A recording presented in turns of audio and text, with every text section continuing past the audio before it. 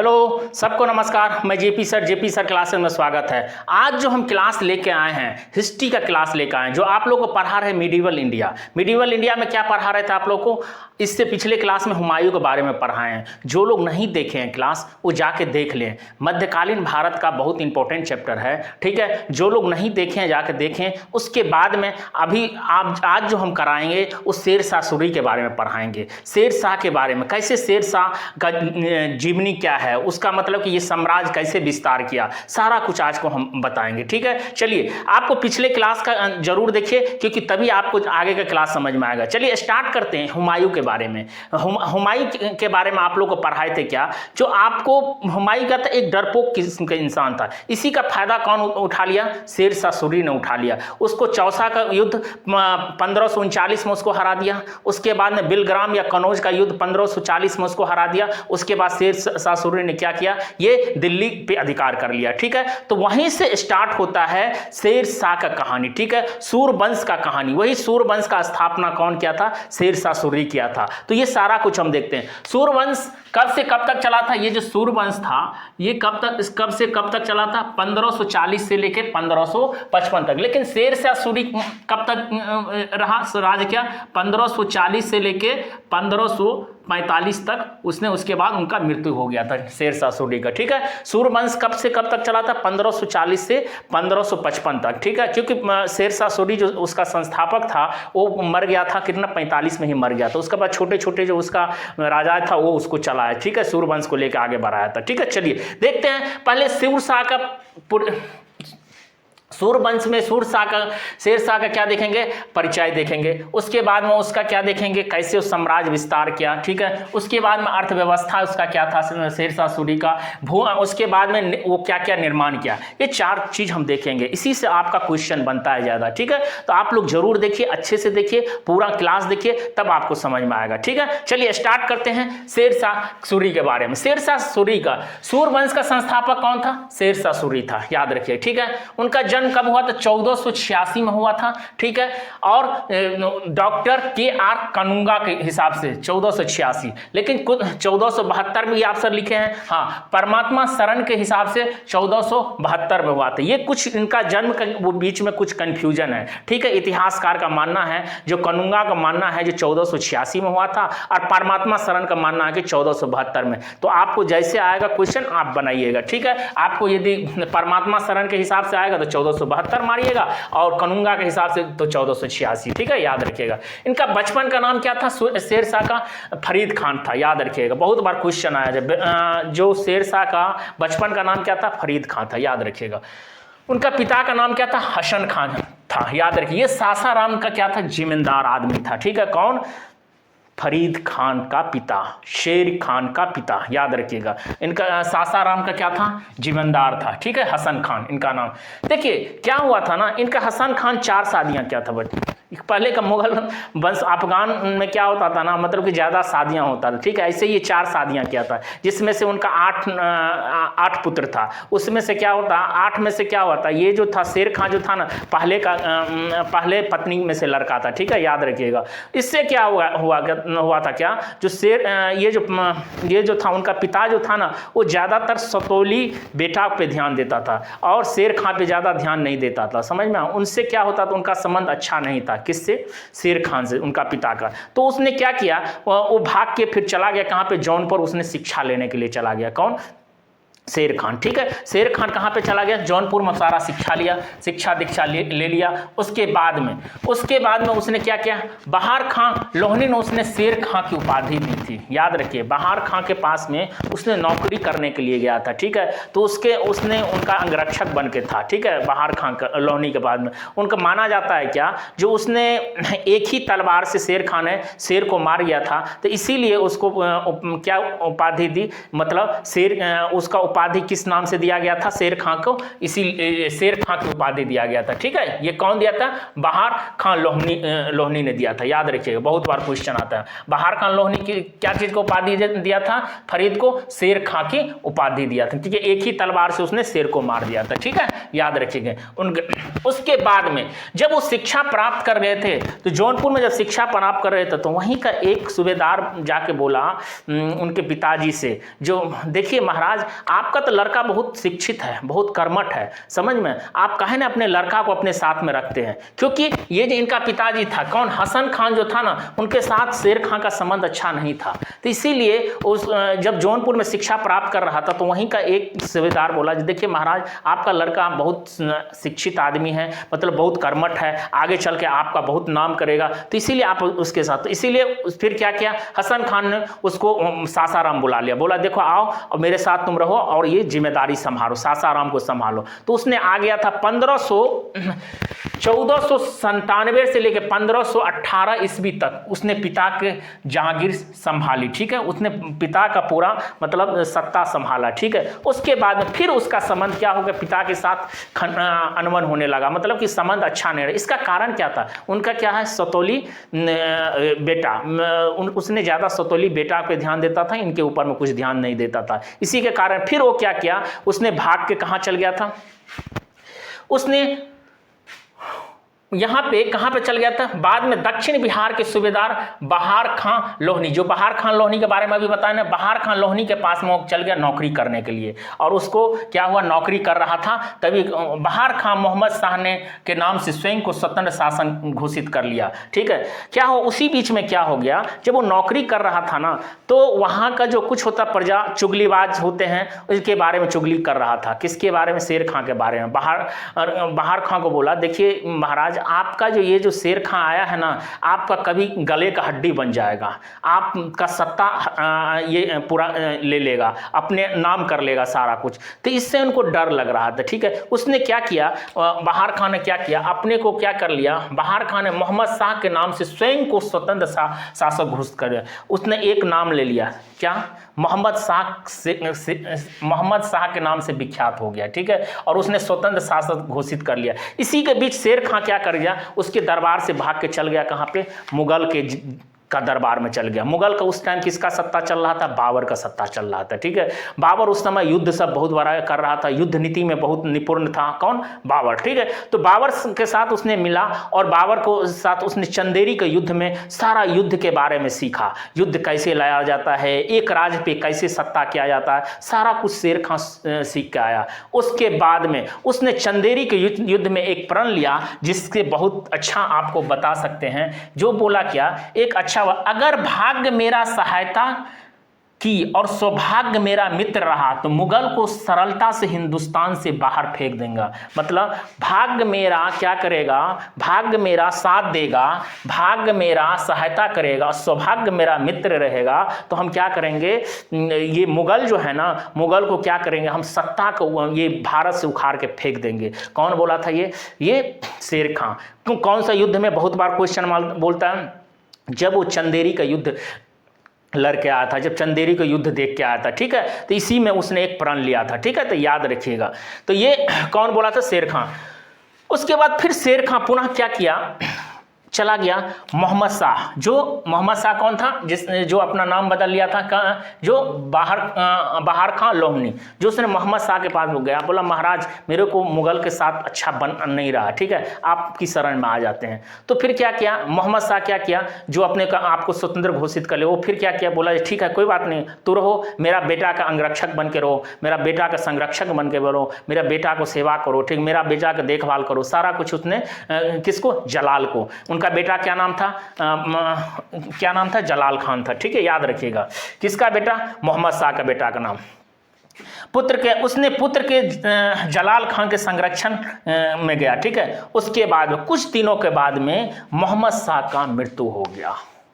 मोहम्मद शाह का मृत्यु होते ही शेर खां एकदम शेर की तरह उसने दहाड़ना स्टार्ट कर दिया। उसने क्या किया, बोला सबसे पहले हम क्या करेंगे, उसके जो पत्नी है उससे शादी कर लिया। मतलब कोई चालाक इतना आदमी था जो यदि किसी का पत्नी से, वो तो विधवा हो गया था, किसका, मोहम्मद शाह का पत्नी, मोहम्मद शाह मरने के बाद में, तो सोचा इस विधवा महिला से हम शादी कर लेते हैं तो साम्राज्य मेरे अंदर आ जाएगा, मतलब सारा कुछ हम अधिकार करेंगे। तो वही काम किया उसने, विधवा पत्नी जिसका नाम क्या था, दुद्दुन बेगम, दुद्दू बेगम के साथ उसने क्या किया, दुंदू बेगम के साथ क्या किया, उसने शादी कर लिया और उसके बाद में सारा साम्राज्य संभालना स्टार्ट कर दिया। कौन, शेरशाह। और उसके बाद में उसने जलाल खान के संरक्षण और प्रधान शासक बना दिया और उसने कहाँ पे भेज दिया, बोला चलो जलाल खान के बाद उसने अफगान शासकों के साथ उसने बंगाल, जलाल खान ने अफगान शासकों के साथ कहाँ पे चल गया, बंगाल में विद्रोह करने, और बंगाल में भी उसने क्या किया,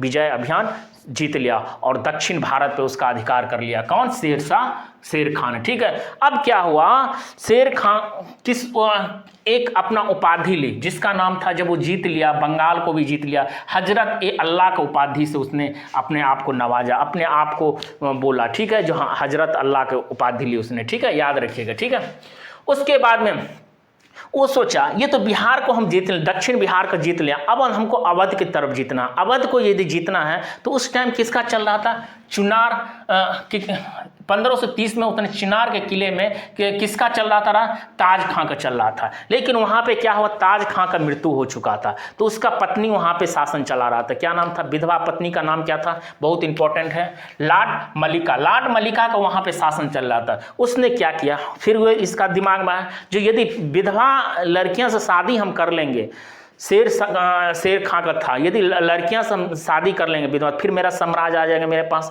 उसने फिर शादी कर लिया और उसके बाद में सारा साम्राज्य अपने अंदर में कर लिया। ठीक है, किसके साथ, एक तो किसके, दुद्दू बेगम के साथ किया था, कहाँ पे किसका, तो मोहम्मद शाह के पत्नी के साथ किया था। उसके बाद में उसने दूसरा कहाँ पे शादी किया, ताज खां के विधवा पत्नी लाड मलिका के साथ शादी उसने कर लिया। ठीक है, उसके बाद में सोचा यदि साम्राज्य और विस्तार करना है तो मुगल का जो मतलब समर्थन कर रहा है उन लोगों को भी मेरे को हटाना होगा। होता ना, कोई भी राज्य में कोई राज्य यदि किसी को यदि समर्थन करता है तो उसको भी तो हटाना जरूर आता है, नहीं तो फिर तो उसके साथ ये सहारा करेगा। ठीक है, तो मजबूत हो जाएगा। तो उसने क्या किया, मुगल का जो समर्थन कर रहा था इसका नाम था कखोर जाति। कखोर एक प्रदेश था, वहां पे उसने क्या किया, 1541 में पेशावर को भी जीत लिया। ठीक है, कखोर को पूरी तरह से उसने हरा दिया और अपने ऊपर में अधिकार कर लिया। कितना में, 1541 में। ठीक है, इससे पहले उसने किसको, कौन कौन सा युद्ध लड़ लिया था, कन्नौज का युद्ध लड़ा था किसने, 1540 में, और चौसा का युद्ध कब लड़ा था, 1539 में। याद रखिएगा, दो चीज बहुत इंपॉर्टेंट है। ठीक है, उसके बाद में बंगाल पे विद्रोह, उस टाइम क्या हुआ, धीरे धीरे शेरशाह दिल्ली की तरफ अपना सत्ता स्थापना करने के लिए चला गया जब बंगाल वो जीतने गए। लेकिन कुछ दिनों के बाद में फिर दिल्ली में क्या हुआ, एक मतलब विद्रोह स्टार्ट हुआ। फिर वहां से आके उसने क्या, विद्रोह को दबाया। 1541 ईस्वी में फिर उसने विद्रोह को दबाया और उसने बंगाल को पूरी तरह से फिर जीत लिया। ठीक है, उसके बाद मालवा के मुल्लुक खां ने करीद खां को आत्मसमर्पण कर दिया। उसके बाद मालवा के साथ उसने युद्ध किया था। ठीक है, जिसमें क्या हुआ, कदीर खां को आत्मसमर्पण खुद ही कर दिया था। ठीक है, जो बोला महाराज आपसे हम नहीं जीत पाएंगे, आप जो हैं आप ही हैं, हम अपना आप को समर्पण कर रहे हैं। कौन बोल दिया, ठीक है, कादिर खान। ठीक है, याद रखिए उस टाइम मालवा में क्या चल रहा, मालवा का शासक कौन था, कादिर खान। ठीक है, उसके बाद में ये सोचा यदि मुगल को यदि हम हरा देते हैं, मुगल लोगों को यदि जो सेना लोगों को समर्थन करने वाले को हमारा था, अब हमको राजपूतों को भी हराना होगा। यदि राजपूत पे हम अधिकार कर लेंगे तब मेरा एक और शक्तिशाली हम बन जाएंगे, शेर खां का कहना था। उसके बाद उसने क्या किया, रायसीन में उसने 1543 में पूरी तरह से रायसीन को घेर लिया। वहां पे किसका राज चल रहा था, पूरनमल का वहां पे शासन चल रहा था। पूरनमल जो वहां का राजपूत का एक शासक था, उसने पूरी तरह से क्या किया, रायसीन को पूरी तरह से घेर लिया। तो उसने एक बोला, जो देखो पूरनमल, तुम यहाँ को ये पूरनमल को छोड़ दो और मेरे को जितना धन संपत्ति उसको लूटने दो, और उसके बाद लूट देने का बाद में हम तुमको चल जाएंगे। लेकिन पूरनमल को ये विश्वास नहीं होता था। वो बोला नहीं, ये कभी भी अटैक कर सकता है। लेकिन उसने क्या किया, कुरान का कसम खाया, जो नहीं, कुरान का शपथ खाया और बोला नहीं, हम तुमको जो बोलते हैं वो करके दिखाएंगे पुरनमल को। तो शेर खां क्या किया, लेकिन शेर खां क्या किया, कसम तो खाया कुरान का, लेकिन बट क्या हुआ, जब धीरे धीरे जब वो खाली जो कैंप में रह रहे थे, पूरा धन संपत्ति रायसेन को लूट रहा था, तब उसके बाद में कैंप में रह रहा था पुनर्मल, फिर उसको पुनर्मल का कैंप का भी उसने पूरी तरह से घेर लिया और उसको लूटपाट किया। तो इससे क्या होगा, मतलब कि ये अपने वादा से पीछे हट गया। इसके कारण शेर खां का जो बेटा था उसने अपने आप को आत्महत्या कर लिया, क्योंकि अपने पिताजी को क्या देखा, जो क्या कर रहा था, मतलब जो वादा किया था उस वादा से मुकर गया था। ठीक है, इससे उनका खुद का जो पुत्र था वो क्या हुआ, आत्महत्या कर लिया। ठीक है, रायसेन का युद्ध में। ठीक है, याद रखिएगा। उसके बाद में मारवाड़ का युद्ध में 1544 में मारवाड़ का, वहां पे राजा मालदेव का शासन चल रहा था। किसका, मारवाड़ का युद्ध में 1544 में क्या, तो वहां पे राजा किसका चलता, मालदेव के शासन चल रहा था। इसने झूठ फूस कर चिट्ठी भेजवा दिया मालदेव को, बोला देखो मालदेव, तुम एक काम करो, ऐसे ही मतलब तुम्हारे ऊपर में कोई हम अधिकार नहीं करेंगे, मतलब इस तरह से तुम ये जगह छोड़ दो, हम तुमको जो कुछ नहीं बोलेंगे। लेकिन क्या हुआ, मालदेव ये चीज मानने को राजी हो गया। ठीक है, बोला ठीक है हम युद्ध नहीं करेंगे। लेकिन उसका जो सेना था वो समझ रहा था जो शेर खां इससे पहले तो धोखा दे चुका है। ठीक है, किसको देना है, पुरनमल को धोखा दे चुका है, तो ये किसको देगा, देने वाला मालदेव को। तो लेकिन उसका जो सेना था ये राजपूत था, राजपूत लोग बोलना तो दिमाग का थोड़ा तेज होता है। उसके बाद में उसका सरदार एक होता जैता और कुंभा, बोला नहीं हम युद्ध लड़ेंगे महाराज, इससे युद्ध लड़ेंगे। उसका जैता और युद्ध और ये लड़ा, कुंभ युद्ध लड़ा, लेकिन क्या हुआ, दोनों को हरा दिया गया। ठीक है, याद रखे, जैता और कुंभा को क्या पूरी तरह से पराजित कर लिया। फिर उसके बाद में क्या कर दिया, वो मारवाड़ पे अधिकार कर लिया। कौन, शेरशाह सूरी। तो जब युद्ध लड़ रहा था, तो ये जो युद्ध लड़ा ना, इसमें कौन, जैता और कुंभा से साथ यदि राजपूत से युद्ध लड़ा ना शेर खां, बहुत कठिनाइयां हुआ। तो ये राजपूत का ये मतलब कि शक्तिशाली देख के ना बहुत खुश हुआ, और उसने बोला एक चीज बोला, बहुत अच्छा बात बोला, मुट्ठी भर बाजरे के लिए मैं हिंदुस्तान के साम्राज्य को प्रायः खो चुका था। मतलब मुट्ठी भर साम्राज्य, मतलब ये मारवाड़ का जो मतलब मुट्ठी भर है, उस जगह के लिए हम लोग क्या किया था, पूरा हिंदुस्तान को हम मतलब छोड़ देता, मतलब हम पूरा हिंदुस्तान को जीत नहीं पाता। किसके लिए, ये सिर्फ मारवाड़ के क्षेत्र के लिए बस। तो इसीलिए ये बहुत बार क्वेश्चन आता, कौन सा युद्ध में उसने ये बोला था, मुट्ठी भर बाजरे के लिए हिंदुस्तान के साम्राज्य को प्रायः खो चुका था। मतलब ये कौन सा युद्ध के लिए बोला था, मारवाड़ का युद्ध में। ठीक है, तो याद रखिएगा, बहुत बार क्वेश्चन आता है। तो मतलब ये शक्तिशाली था, लेकिन उसको बहुत कठिनाइयां हुआ शेर खां को इस युद्ध लड़ने में, इसीलिए ये कहानी बोला। ठीक है, या जो मतलब मुट्ठी भर जो था, मतलब कि राज था, उसके लिए हम क्या किए, पूरा मतलब साम्राज्य को हमने क्या करते हैं, भारत को पूरा जीतना हम भूल जाते। ठीक है, ये याद रखिएगा। उसके बाद में 1545 में कलिंजर का युद्ध में उसने मारा गया था। कलिंजर का युद्ध में उस मारा गया। कौन, शेर खां सूरी। समझ में, शेर शाह ने 1545 में कलिंजर का युद्ध हुआ, उसमें पूरी तरह से मारा गया। मतलब कि उक्का एक अग्निशास्त्र उसको लग गया था और उससे मर गया थे। ठीक है, याद रखिए, कौन, शेरशाह सूरी। तो ठीक है, याद रखिएगा इतना। उसके बाद 1 साल के बाद में उसने फिर क्या किया, मालदेव ने मारवाड़ पे अधिकार कर लिया था। ठीक है, याद रखिए। जब वो मृत्यु हो गया 1545 में, शेरशाह सूरी को कलिंजर पूछता है जो किस युद्ध में शेरशाह सूरी मारा गया था, तो कलिंजर का युद्ध में। ठीक है, उक्का अग्निशास्त्र जो तोपखाना होता है उससे उसका मृत्यु हो गया था। ठीक है, चलिए।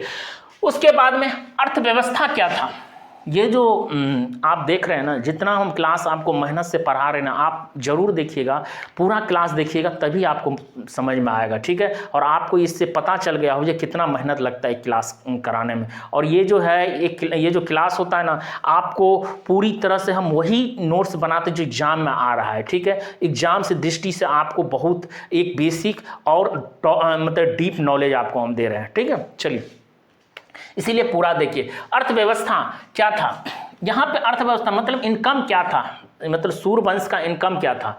आय का प्रमुख साधन था भूमि कर, मतलब भूमि कर मतलब जमीन का कर, मतलब जमीन आपको दिया जाएगा, उसके ऊपर में आप कर लिया जाता था, लगान था, ठीक है। अतिरिक्त क्या था, व्यापार पर भी कर लिया जाता, ठीक है।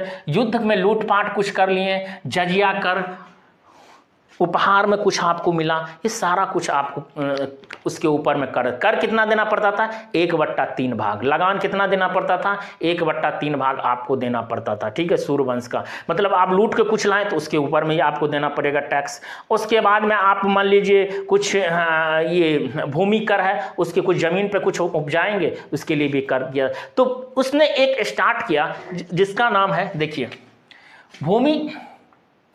भूमि मापने के लिए उसने सिकंदरी गज और सन ए डंडी का प्रयोग किया। मतलब सिकंदरी गज और किसका प्रयोग किया, आप बताएं, सन का डंडी, याद रखिए, डंडी का मतलब सन ऑफ डंडा, मतलब एक डंडा लाया जिसको 31 अंगूर बोला गया और 32 इंच बोला गया, ठीक है। बहुत बार क्वेश्चन आता है किस भूमि माप का ये शीर्षक क्या उपयोग किया था, तो सिकंदरी गज और सन का डंडी, मतलब एक डंडा लगा जो कि 32 गज का होना चाहिए। जितना आपको दिया जाएगा जमीन उस हिसाब से आपको क्या लेगा, टैक्स लेगा। इसी से उसने क्या स्टार्ट किया, पट्टा प्रथा स्टार्ट किया, पता है ना, पट्टा प्रथा।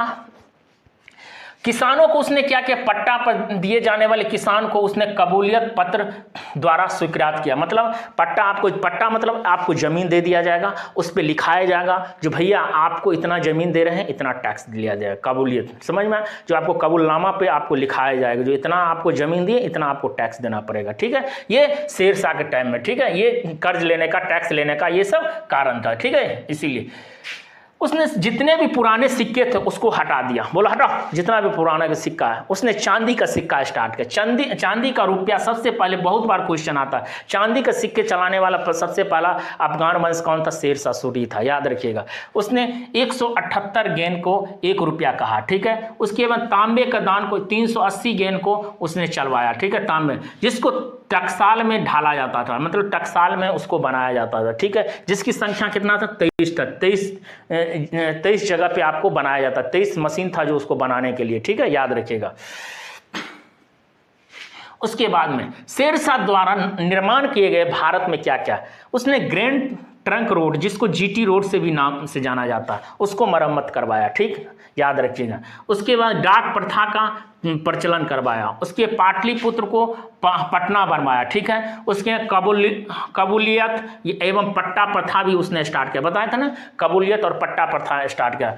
उसके बाद में सासाराम में स्वयं का मकबरा बनवाया, मतलब सासाराम में उस झील के बीच में ऊपर में उसने क्या किया, एक मकबरा बनाया था, ठीक है, याद रखिएगा। सासाराम बिहार में।